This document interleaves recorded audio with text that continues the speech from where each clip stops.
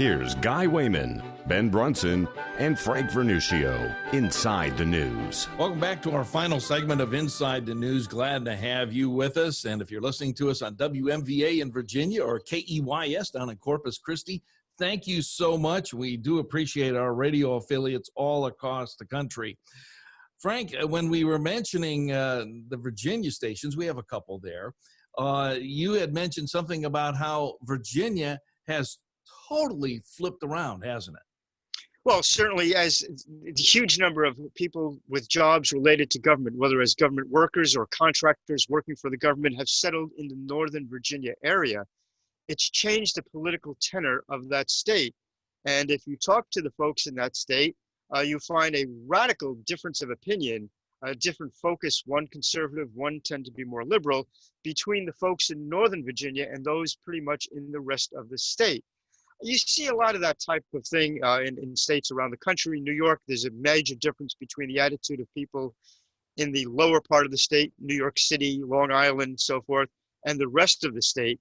It indicates, I think, to some extent how the left, although centered in large urban areas, really is not an adequate representation of where the country is. If you go back to the 2016 election and you look at the county by county map of how that election turned out, you see this mass of red, meaning the Republicans, and a couple of blue dots around the country.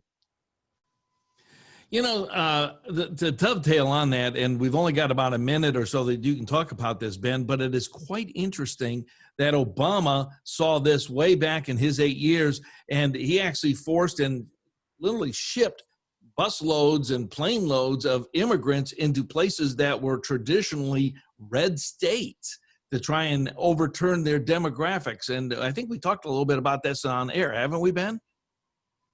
Well, we have, and it is a strategy that the Democratic Party has embraced. It is the entire strategy of encouraging illegal immigration, encouraging amnesty to increase the voter rolls for by people who presumably are strongly leaning Democratic. So this is a strategy that's become a fault line in American politics. Nothing new here, but you see it happening even on the micro level, like as you said, the attempt by the Democratic Party, and it's become a platform issue to essentially destroy the conservative base that exists in a lot of rural and suburban America by bringing in populations that they think will ultimately vote Democratic. So this is an ongoing issue, and we'll see how it plays out over time. All right, Frank, your hot button topic for this day. If you want to lose some sleep, read the latest China Military Power 2020 report put out by the Pentagon. You're going to see an image of a giant nation that has come into its own militarily, with a Navy that has vastly more ships than the United States Navy, a country that has caught up to the United States in technology, a lot of that technology stolen from the United States, and is now a clear and present danger to the security of the United States, not only in terms of raw military power, but in the extent of its espionage within the United States. It's a frightening report, but one that every American really should take a good close look at. Okay, Ben, your hot button topic for this day.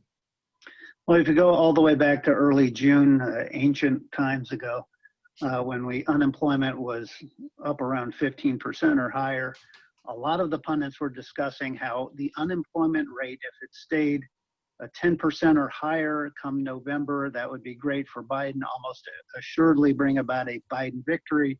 But if it fell below 10% in any meaningful way, that was going to be good for Trump. Well, the latest numbers were very good for Trump. 1.4 million jobs created last month, and an unemployment rate of 8.4%, which is dramatically better than anyone projected just 2 to 3 months ago, and falling. And it looks like we'll get an improvement from there going into the final report just before the election. So this is all very good news for Donald Trump, very bad news for the Biden campaign and those who are desirous of upending a Trump reelection victory.